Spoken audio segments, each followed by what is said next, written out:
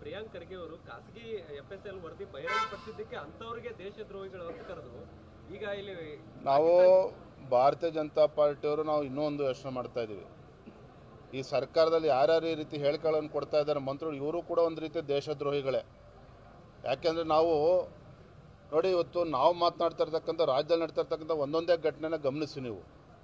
ಒಂದು ಕಡೆ DJ ಹಳ್ಳಿ KJ ಹಳ್ಳಿ ಪ್ರಕರಣದಲ್ಲಿ ಅಮಾಯಕರು ಅವ್ರ ವಿರುದ್ಧ FIR ಹಿಂತಗೋಬೇಕು ಅಂತೇಳಿ ಅವತ್ತಿನ ಕೂಡ ನಡೀತಾ ಇದೆ. ಇವತ್ತು ವಿಧಾನಸೌಧದಲ್ಲಿ ನಡೆದಂಥ ಪಾಕಿಸ್ತಾನ ಜಿಂದಾಬಾದ್ ವಿಚಾರದಲ್ಲಿ ಇವತ್ತು ಕ್ರಮವನ್ನು ಕೈಗೊಳ್ಳೋಕೆ ಅರೆಸ್ಟ್ ಮಾಡೋದಕ್ಕೇ ವಾರ 10 ದಿನ ತೆಗೆದುಕೊಂಡಿದ್ದಾರೆ. FSL ರಿಪೋರ್ಟನ್ನು ಬಹಿರಂಗ ಪಡಿಸಲಿಲ್ಲ.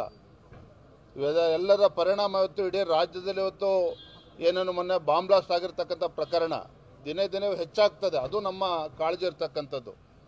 ಹಾಗಾಗಿ ಯಾವ ಮಂತ್ರಿಗಳು ಏನು ಹೇಳಿಕೆ ಕೊಟ್ಟಿದ್ದಾರೆ ಅನ್ನೋದಕ್ಕಿಂತ ಹೆಚ್ಚಾಗಿ ರಾಜ್ಯದ ಜನ ಈ ಸರ್ಕಾರವನ್ನು ಗಮನಿಸ್ತಾ ಇದ್ದಾರೆ, ನಿಮ್ಮ ನಡವಳಿಕೆಯನ್ನು ಗಮನಿಸ್ತಾ ಇದ್ದಾರೆ.